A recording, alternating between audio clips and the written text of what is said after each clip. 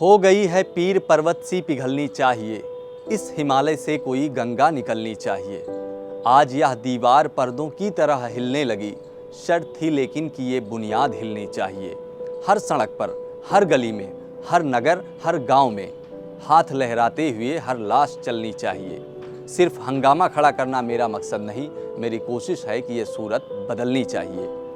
मेरे सीने में नहीं तो तेरे सीने में सही, हो कहीं भी आग, लेकिन आग जलनी चाहिए।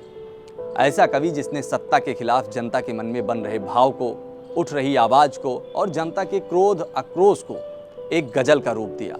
हम बात कर रहे हैं आज दुष्यंत कुमार जी की।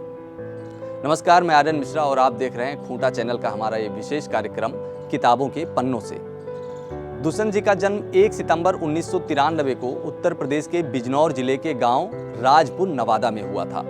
उनका पूरा नाम दुष्यंत कुमार त्यागी था, लेकिन साहित्यिक जगत में वो दुष्यंत कुमार के नाम से जाने जाते हैं। उन्होंने इलाहाबाद विश्वविद्यालय से शिक्षा प्राप्त की थी और आकाशवाणी भोपाल में सहायक निर्माता के रूप में कार्य शुरू किया था। शुरुआती दौर में वो तो परदेसी के नाम से लिखा करते थे, लेकिन बाद में वो अपने ही नाम से लिखने लगे।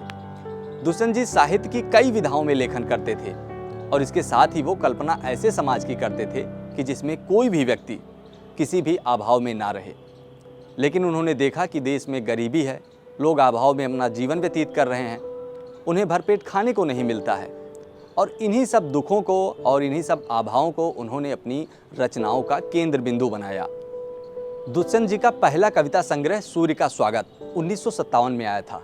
यह वह दौर था जब एक तरफ ताज भोपाली और कैफ भोपाली दोनों भोपाल के प्रगतिशील शायर थे, गजलों की दुनिया पर उनका राज था, तो वहीं दूसरी ओर हिंदी में गजानन माधव मुक्तिबोध, जिनको प्रगतिशील और नई कविताओं के बीच सेतु माना जाता है और अज्ञेय इनकी कविताओं का बोलबाला था। और एक दल और था जिसमें बाबा नागार्जुन और धूमिल जैसे कवि थे, जिनके द्वारा आम आदमी के लिए लिखा जाता था। ऐसे समय में दुष्यंत कुमार ने साहित्य की दुनिया में अपने कदम रखे, जनता की बुनियादी जरूरतों के हिमायती बनकर, दो टूक स्पष्ट और सीधी बात करने के लिए। उनकी गजल संग्रह है साये में धूप। इस संग्रह की पहली ही उनकी गजल है जिसे बार बार सड़क से लेकर संसद तक कोट किया जाता है। लोग जुबान पर इसे गुनगुनाते हैं। कहाँ तो तय था चिरागा हर एक घर के लिए, कहाँ चिराग मयस्सर नहीं शहर के लिए। यहाँ दरख्तों के साये में धूप लगती है, चलो यहाँ से चलें उम्र भर के लिए। जिए तो अपने बगीचे में गुलमोहर के तले, मरें तो गैर की गलियों में गुलमोहर के लिए। कैसे गरीब व्यक्ति की दशा को ये व्यक्त कर रहे हैं, ये सब कुछ इस गजल में साफ साफ झलकता है। अमूमन हमें गजलें प्यार, मोहब्बत, धोखा, गिला शिकवा, ये सब बातें और इन्हीं के इर्द गिर्द घूमती हुई दिखती हैं, लेकिन दुष्यंत कुमार ने अपनी गजलों को हिंदी में लिखते हुए उस समय की नई पीढ़ी के गुस्से और नाराजगी से सजाया। यह गुस्सा और नाराजगी राजनीतिक अन्याय के खिलाफ नए तेवरों की आवाज़ थी। उन्होंने कई उपन्यास लिखे जिसमें सूर्य का स्वागत, आवाज़ों के घेरे, जलते हुए वन का बसंत, छोटे छोटे सवाल, आंगन में एक वृक्ष, दोहरी जिंदगी सम्मिलित है। और मसीहा मर गया नामक नाटक लिखा, कई लघु कथाएं भी लिखी। दुष्यंत कुमार ने हिंदी साहित्य के मिजाज के साथ साथ कविता के मिजाज को भी बदल दिया। लोकतांत्रिक मूल्यों के लिहाज से 70 का दशक एक निर्णायक दौर था। उस दौरान उन्होंने अपनी रचनाओं द्वारा क्रांतिकारी बिगुल बजाने और आशा की किरण चारों ओर फैलाने का काम किया। उन्होंने लिखा, कैसे कैसे मंजर सामने आने लगे हैं, गाते गाते लोग चिल्लाने लगे हैं। अब तो इस तालाब का पानी बदल दो, ये कमल के फूल कुम्हलाने लगे हैं। उनकी रचनाओं से पता चलता है कि हौसले से भरपूर और हिम्मत ना हारने की वो शख्सियत थे। उनकी रचनाएं आम इंसान की तड़प, आक्रोश को व्यक्त करती थी। विपरीत परिस्थितियों में अंत तक जूझने का हौसला, सही बात कहने की हिम्मत और सबसे बड़ी बात कि सरकारी सेवा में रहकर भी दो टूक बात कहने का साहस था उनके पास।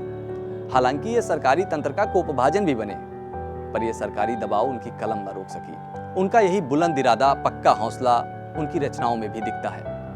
कैसे आकाश में सुराख नहीं हो सकता, एक पत्थर तो तबीयत से उछालो यारो। इमरजेंसी के दौरान केंद्र सरकार की नौकरी में होते हुए भी दुष्यंत कुमार निर्भीक होकर जनता के आक्रोश में अपनी आवाज मिलाते रहे, और जिसके लिए उन्हें एक बार मध्य प्रदेश के मुख्यमंत्री का गुस्सा भी झेलना पड़ा। लेकिन दुष्यंत डरे नहीं।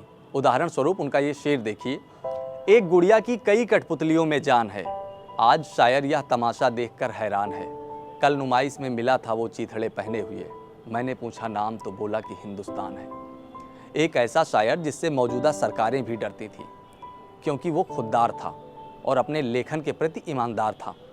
उस वक्त के तमाम हिंदी और उर्दू साहित्यकारों ने दुष्यंत को खारिज किया, मगर दुष्यंत को साहित्यकारों से मतलब ही कब था। उन्हें तो भारत की जनता से गुफ्तगू थी और आवाज़ भी वो जनता के ही थे।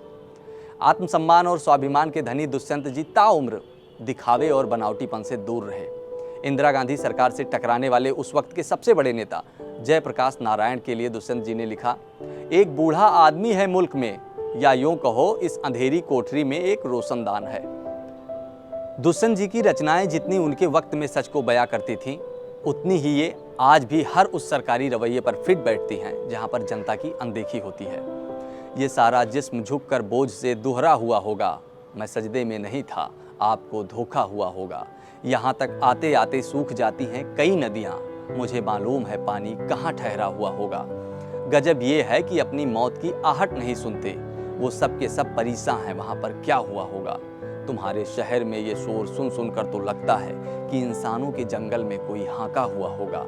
कई फाके बिताकर मर गया जो उसके बारे में वो सब कहते हैं, अब ऐसा नहीं, ऐसा हुआ होगा।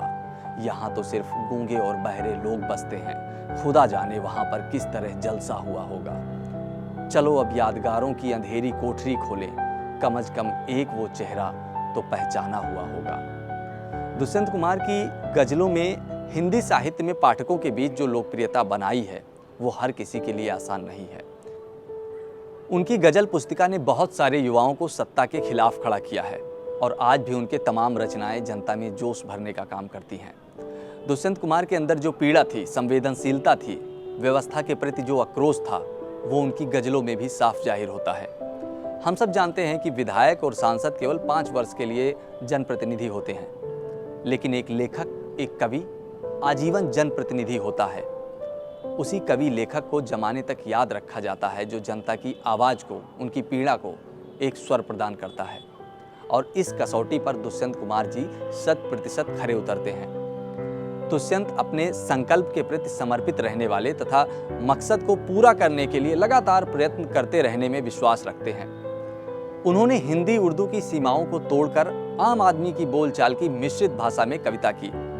उर्दू की प्रतिष्ठित गजल विधा को अपनाकर उन्होंने हिंदी कविता को एक नई विविधता व नई दृष्टि से ओतप्रोत किया। वे अपनी पीढ़ी के हर जागरूक इंसान, बूढ़े या नौजवान की जुबान पर चढ़कर बोले। उनको जिसने भी सुना वही उनके साथ हो लिया, उनको जिसने भी पढ़ा वही उनको उद्धृत करने में रम गया। उनकी गजलों की पंक्तियां हर मंच के वक्ताओं की ताकत बन गई।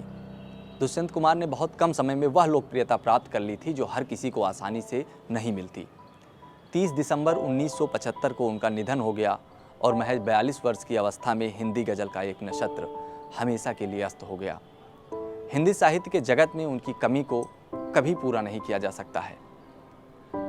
तो आज हमने इस कार्यक्रम में बात की महान गज़लकार दुष्यंत कुमार जी के बारे में। अगले कार्यक्रम में हम बात करेंगे किसी और रचनाकार के बारे में और पढ़ेंगे उनकी खूबसूरत रचनाओं को। तब तक अपना ध्यान रखिए, खुश रहिए। नमस्कार, जय हिंद।